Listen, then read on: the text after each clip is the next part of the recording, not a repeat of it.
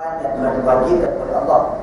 Kita mengerjakan solat, kita telah selesai menunaikan solat maghrib. Alhamdulillah, sembahyang yang kita kerjakan tadi kita lakukan mengikut sunnah Nabi kita Muhammad SAW dengan cara berjamaah. Kelebihannya kita yakin sebagaimana disebut oleh Nabi, Allah gandakan lebih daripada kita menunaikan solat seorang diri dengan 27 kali ganda. Dan sembahyang berjamaah ini adalah merupakan sunnah yang Nabi sangat tekankan. Nabi ambil perhatian dan Nabi senantiasa menunaikan solat dalam keadaan berjamaah. Selepas daripada Allah memfardukan ibadah sembahyang, tuan Nabi sembahyang sama-sama dengan para sahabat. Nabi sembahyangnya berjamaah. Bukan sekadar Nabi sembahyang berjamaah, bahkan Nabi hadul awal. Tuan Nabi senantiasa menjadi imam. Masa hidup Nabi, ketika menunaikan solat, Nabi akan menjadi imam dan para sahabat menjadi makmum, mengikut di belakang Rasulullah SAW. Sehingga tidak ada di sana tuan-tuan sahabat, tidak ada yang direkodkan dalam kitab tarikh Islam sahabat yang menjadi imam semasa hidup Rasulullah. Ketika mana mereka menunaikan solat, ada sahabat yang menjadi imam, sedangkan di belakangnya di antara makmumnya adalah Rasulullah SAW. Tidak ada di sana tuan-tuan kecuali 2 orang sahabat sahaja yang Allah beri kemuliaan kepada mereka. Allah pilih, diberi peluang sempat menjadi imam ketika hidupnya Rasulullah SAW dan Nabi sembahyang di belakang mereka sebagai imam. Ini 2 sahabat. Sahabat yang pertama iaitu yang kita semua sedia maklum, Abu Bakar As-Siddiq radhiyallahu anhu. Abu Bakar ni tuan-tuan, Nabi arwahkan dia ketika mana Nabi dalam keadaan sakit tenat. Sebelum Rasulullah SAW diwafatkan oleh Allah, minggu terakhir tuan-tuan dalam keadaan Nabi sakit tenat, tak mampu lagi nak berdiri. Lalu Nabi memanggil Abu Bakar, dan ketika mana datangnya Abu Bakar As-Siddiq berjumpa dengan Nabi, Nabi mengarahkan dia untuk menjadi imam, mengambil tempat baginda menjadi imam untuk menunaikan sembahyang di Masjid Nabawi, masjid Nabi kita Muhammad SAW. Tuan-tuan, Abu Bakar menjadi imam bermula daripada sembahyang Isyak malam Jumaat tuan-tuan, sehingga kepada wafatnya Rasulullah SAW pada pagi hari Isnin tanggal 12 Rabiul Awal tahun yang ke-11 Hijrah. Bahkan pada pagi hari Isnin, hari yang Allah Ta'ala wafatkan Rasulnya, kekasihnya Nabi kita Muhammad SAW, ketika mana para sahabat nak menunaikan sembahyang subuh.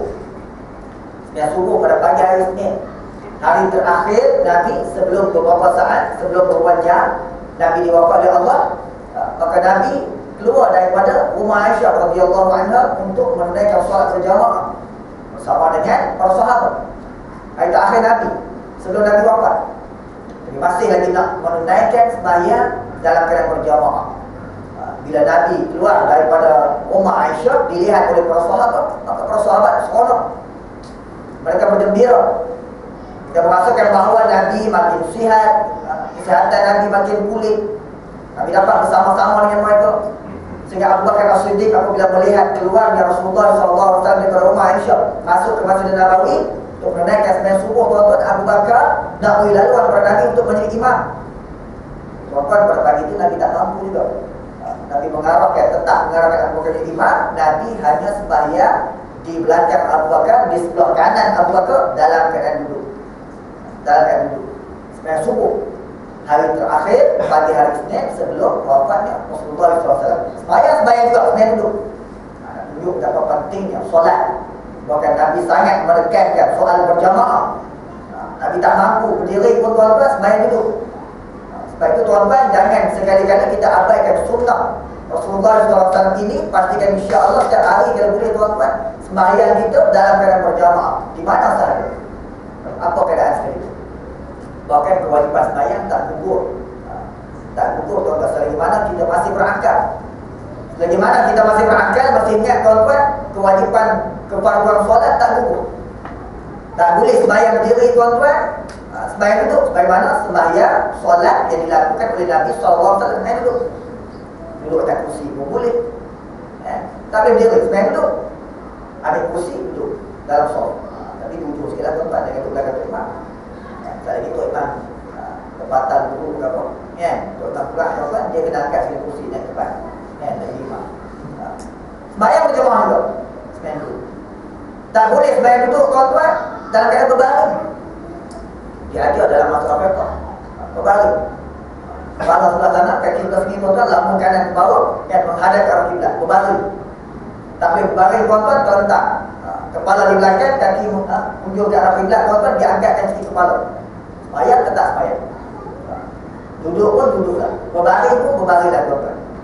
Maka tuan-tuan sakit, sembahyang berbaring, yang ni tak apalah, maknanya tak perlu berjamaah, main di rumah tuan-tuan. Semua pakai mari, semua sakit belakang, semua sembahyang berbaring, simak berbaring. Itu tuan-tuan. Lena habis. Lena habis. Sembahyang rumah. Tapi kewajiban sembahyang, kewajiban sembahyang tak perlu. Nabi sembahyang pagi-pagi subuh, hari Senin sebelum Nabi wafat, di belakang Abu Bakar, sembahyang belakang Abu Bakar takkan duduk tuan-tuan. Maka Abu Bakar tuan-tuan, salah seorang sahabat daripada dua sahabat yang Allah beri kemuliaan, mereka menjadi imam semasa hidupnya Nabi dan Nabi sembahyang di belakang mereka sebagai imam. Itu sahabat yang pertama. Sahabat yang kedua tuan-tuan, iaitulah Abdurrahman bin Auf radhiyallahu anhu. Abdurrahman ni juga tuan-tuan, dia salah seorang daripada 10 sahabat yang Nabi gembirakan mereka dengan syurga Allah. Soalnya tuan-tuan, ada 10 sahabat yang Nabi sebut nama mereka dan mereka ini ahli syurga. Nabi bilang satu seorang demi seorang, 10 sahabat. Bermula dengan Abu Bakar As-Siddiq. Nabi kata Abu Bakar fil jannah, wa Umar fil jannah, wa Uthman fil jannah. Nabi bilang seorang-seorang tuan-tuan sampai 10. Maka 10 sahabat, salah seorang daripada sahabat ini, daripada 10 ni tuan-tuan, Abdurrahman bin Auf. Dia juga diberi peluang sempat menjadi imam dan Nabi sembahyang di belakang dia. Dalam satu siri peperangan, ketika mana Nabi keluar berperang. Nabi kita ni tuan-tuan, Nabi Muhammad berperang untuk menegakkan agama Allah, untuk pertahanan Islam. Keluar ke medan perang, kadang-kadang tuan-tuan perjalanan pergi nak sampai ke tempat perang terus sebulan perjalanan. Balik ke Madinah sebulan, itu pun Nabi tetap keluar berperang. Tak, kadang-kadang setengah hari pun tak berani keluar. Dan perang lagi duduk je. Tak berani. Nabi keluar berperang. Berperang tuan-tuan, selepas dari selesai peperangan, bila Nabi berpatah balik ke Madinah, patah balik ke Madinah, di pertengahan jalan tuan-tuan, bila dah sampai waktu malam, dah malam tuan-tuan, maka Nabi, tentera Islam, para sahabat semua berhenti bermalam di tempat tersebut. Jangan berjalan dengan padang pasir ini tuan-tuan, malam payah, berhenti bermalam, tidur, berehat seketika. Maka disitulah tuan-tuan, ketika mana masuknya subuh, terbitnya fajar, para sahabat semua bangun tuan-tuan untuk menunaikan solat subuh. Nabi juga bangun tuan-tuan, Nabi pergi ke qada hajat. Nabi pergi ke qada hajat, cari tempat yang agak jauh tuan-tuan untuk qada hajat. Maka Nabi terlewat, lambat. Para sahabat dah tunggu lah, ambil wudu semua, tunggu nak sembahyang subuh bersama Rasulullah. Tunggu tuan-tuan, Nabi tak sampai juga. Tunggu tak sampai juga, Nabi terlewat tuan-tuan. Maka akhirnya Abdurrahman bin Auf, dia tampil ke hadapan menjadi imam, sembahyang menjadi imam, dan tentera Islam yang lain, para sahabat yang lain sebagai makmum. Pertimbangkan Abdurrahman bin Auf. Lepas sembahyang, Abdurrahman bin salam tuan-tuan, lihat ke belakang, tengok-tengok tuan-tuan, ada Nabi. Nabi masbuk, Nabi sempat mendapat satu rakaat berimamkan sahabat dia Abdurrahman bin Auf. Bila Abdurrahman bin salam, Nabi bangkit, Nabi bangun, tak masuk rakaat lagi, Nabi masbuk. Para sahabat semua melihat Nabi berada di belakang. Bila semua tentera Islam, semua para sahabat melihat tuan-tuan, masing-masing rasa takut, masing-masing bimbang. Takut tindakan mereka, sembahyang mereka itu mendalui Rasulullah SAW, sedangkan Nabi bersama-sama dengan mereka. Tuan-tuan, bila Nabi selesai daripada solat, Nabi bagi salam tuan-tuan, Nabi memuji tindakan, Nabi memuji langkah yang diambil oleh Abdurrahman bin Auf menyegerakan solat apabila masuk waktu.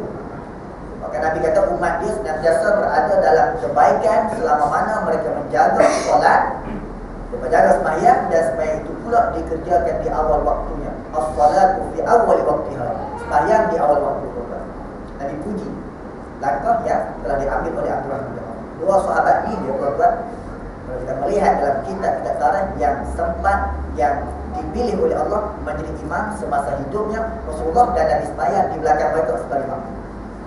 Itu betapa pentingnya sembahyang berjamaah. Nabi hadir, bukan Nabi lewat, kerana Nabi menjadi imam setiap kali tibanya waktu solat tuan-tuan. Maka kita jaga.